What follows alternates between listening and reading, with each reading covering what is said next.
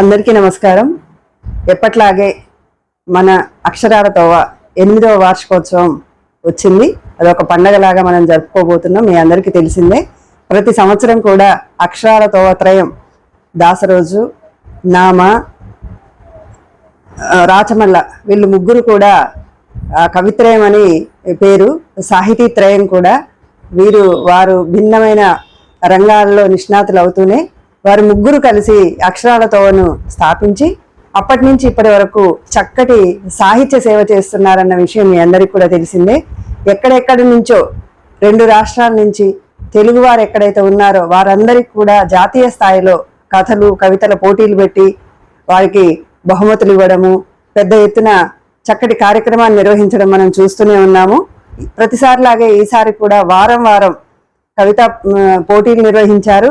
ఆ పోటీల్లో గెలిచిన విజేతలకు ఈ అక్షరాల తోవ వార్షికోత్సవ సందర్భంగా బహుమతులు ఇవ్వడం అనేది జరుగుతూ ఉంది. ఈసారి వినూత్నంగా ఏం చేశారంటే పిల్లల కోసం కూడా, పిల్లల్లో ఉన్న వక్తృత్వ కళను వెలికి తీయడం కోసం పాఠశాలలకు వెళ్ళి అక్కడ ఉన్న పిల్లలకు మంచి టాపిక్స్ ఇచ్చి దాంట్లో మాట్లాడించి అందులో చక్కగా మాట్లాడిన విద్యార్థులను కూడా ప్రోత్సహిస్తూ వారికి కూడా ప్రతి పాఠశాల నుండి 5 విద్యార్థులను ఎంపిక చేసుకొని ఈ సందర్భంగా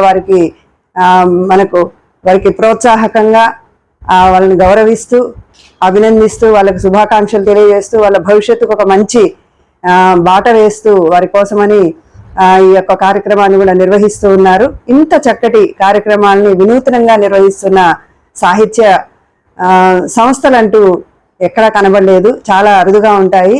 దాంట్లో మొదటి స్థానంలో మన అక్షరాల తోవ ఉందని చెప్పుకోవడానికి గర్వపడుతూ ఉన్నాను. అది మా అక్షరాల త్రోవ, మన అక్షరాల తోవ అని చెప్పుకోవడానికి ఎంతో గర్వంగా ఉంది.